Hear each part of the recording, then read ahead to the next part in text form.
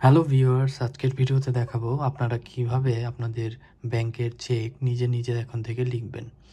আর কাউকে সাহায্যের জন্য লাগবে না। আপনার নিজের চেকের অ্যামাউন্ট আপনি নিজে লিখে আপনি নিজে ব্যাংকে জমা দিয়ে আপনার নিজের টাকা আপনি ব্যাংক থেকে উত্তোলন করতে পারবেন। ইভেন আপনি আজকের ভিডিওটি যদি সম্পূর্ণ দেখেন তাহলে আশা করা যায় আপনি কারো নামে চেকের মাধ্যমে পেমেন্ট করতে চান বা কাউকে যদি আপনি টাকা প্রদান করতে চান বা দিতে চান, আপনি এখন থেকে চেকের মাধ্যমে আপনি টাকা পরিশোধ করতে পারবেন বা দিতে পারবেন।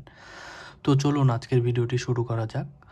তো আশা করি সম্পূর্ণ ভিডিওটি যদি আজকে দেখেন তাহলে আজকের ভিডিওতে আপনাদের সকল মনের যে কোশ্চেন ছিল আপনি আজকে উত্তর পেয়ে যাবেন। তো চলুন দেখেন, আমি আজকে একটি চেকের পাতার কপি নিয়েছি, যেখানে আপনার আসলে প্রথমে দেখতে হবে আপনার একটা চেকের পাতায় কি কি থাকে।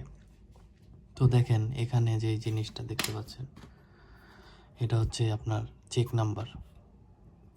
এই চেকটার একটা ইউনিক নাম্বার থাকে, এটা হচ্ছে চেক নাম্বার।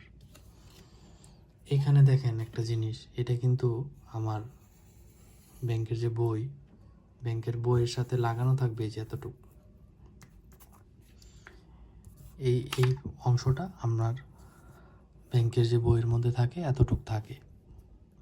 আমরা কি করি, চেকটা এখান থেকে কাটি, এখান থেকে কেটে তারপরে আপনার ব্যাংকে প্লেস করতে হয়, অর্থাৎ এখান থেকে ছেঁড়ার পরে আপনার ব্যাংকে প্লেস করেন। তো এতটুক বাদ দিই প্রথমে। তো প্রথম দেখেন এখানে কিন্তু চেক নাম্বার থাকে, এখানে অটোমেটিক চেক নাম্বার থাকবে। এখানে আপনারা ডেট বসাবেন, যেই দিন আপনারা ব্যাংক থেকে টাকাটা উত্তোলন করতে যাচ্ছেন, যেই দিনে বা যেই তারিখে, এখানে এটা বসাবেন। এরপরে দেখেন এখানে আপনার রাউটিং নাম্বার থাকে, অর্থাৎ এটা যে সেই ব্রাঞ্চের একটা নাম্বার থাকে। এরপরে এখানে আপনারা ধরেন আপনি 10,000 টাকা উত্তোলন করবেন ব্যাংক থেকে, 10,000 টাকা আপনি ব্যাংক থেকে উঠাবেন। তো দেখেন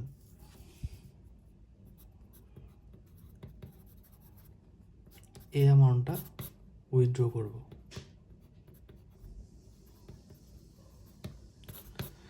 তো 10,000 টাকা উইথড্র করতে হলে প্রথমে আপনাদের